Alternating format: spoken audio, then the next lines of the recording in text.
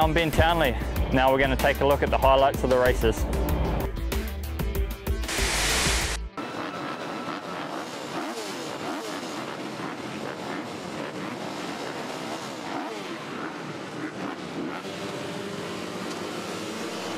The fifth round of the FIM MX1 and MX2 Motocross World Championship took place at Saint-Jean-d'Angely in the south of France. And in the first moto, it was Ken Roczen who stormed to the head of the field and eventually went on to win. Was never headed for, well, all but one of the laps. Gauthier Paulin, he was in second for a while, being challenged by the American of Zach Osborne in third, with Tommy Searle on the Kawasaki.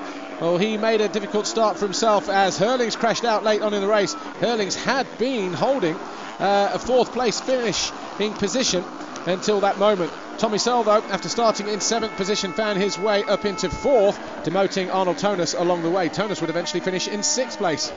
Zach Osborne, though, eventually settled down and would go on to take third in the first moto. Just ahead of him, Gauthier Paulin on the Monster Energy Yamaha. He would be second, but there was no one able to do anything about the KTM of Ken Roczen as he stormed to another race win here at Saint-Jean in Moto number 1. Question was, would he do it again in race number 2?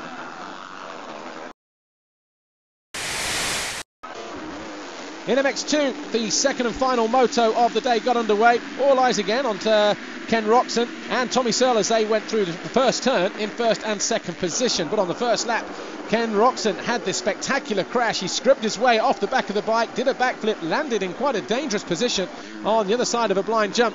So that inherited the lead to the number 338, Zach Osborne on the Yamaha, with Tommy Searle on the Kawasaki in close pursuit in what turned out to be one of the best races of the season so far.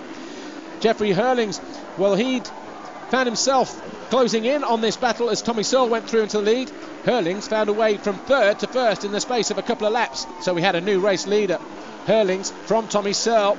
Osborne was third, Gauthier Paulin was fourth at that point. Tommy Searle, though, found his opportunity. He went down the inside of Herlings as he tangled with a back marker and had to change his lines, handing the win to Tommy Searle. Herlings was second, Osborne third, Gauthier Paulin was fourth.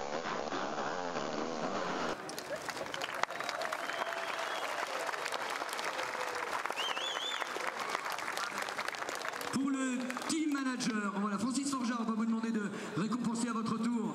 Merci de récompenser le team manager.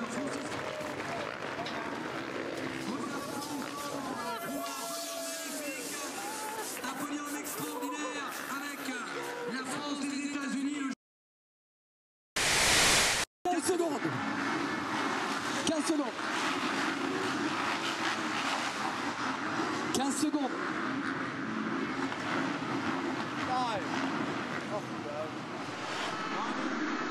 The first of the MX1 races got underway, and our championship leader, Clément de Searle, soon found out that it was not a championship that was ready to be won yet. On the outside of the screen, just take a look, he collided with another rider, and the championship leader was down and buried at the back of the pack. Meanwhile, up front, Stephen Frossard on the Monster Energy Yamaha found himself in a good position, just like his teammate David Philipparts, who started from fourth, eventually found himself into third after passing the Russian Evgeny Bobryshev just there in that top corner. Cairoli found himself in second position on the KTM, the defending champion, but it was a good ride through the field for Ken de Dijker. Having started in 10th place, the Belgian would eventually find his way back into 5th. Along the way, he found his way past Ben Townley, his first ride back since injury. The Kiwi on the Kawasaki, the Green Machine, would find his way into 8th come the checkered flag. But he got himself involved in some good battles along the way with some of the favourites, including Max Nagel. Nagel would eventually finish in 7th. Towards the end of the race, though, David Philipparts decided to go after Tony Cairoli for second position. He eventually fell to third. In the end, the win went to Stephen Frossard. And he enjoyed the moment and celebrated with the fans as he rode back towards the winner's circle. And the final MX1 race of the day, could Clément de Searle make amends? Well, he charged down into turn 1, almost lost the front end as he tried to turn too tight, but he came out 5th, and by turn 3 he was already in the lead, and as it happened, he was never headed and never looked back. Behind him, though, it was all action. The Russian Evgeny Bobryshev was in second position, but the hard-charging Stephen Frossard, our race 1 winner, found himself down in 6th position. Eventually he found his way up into third and then second, where he challenged for the overall Grand Prix podium victory. Tony Cairoli in the closing stages caught and passed both the Hondas of Rui Gonçalves and Evgeny Bobryshev. Searle was up front all by himself. Frossard was now in second position. Cairoli had found his way into third, with Rui Gonçalves in fourth on the last lap, overtaking his teammate.